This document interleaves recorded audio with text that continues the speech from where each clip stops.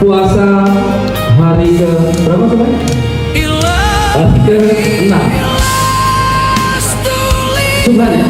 Sekarang sudah Tuhan. Ini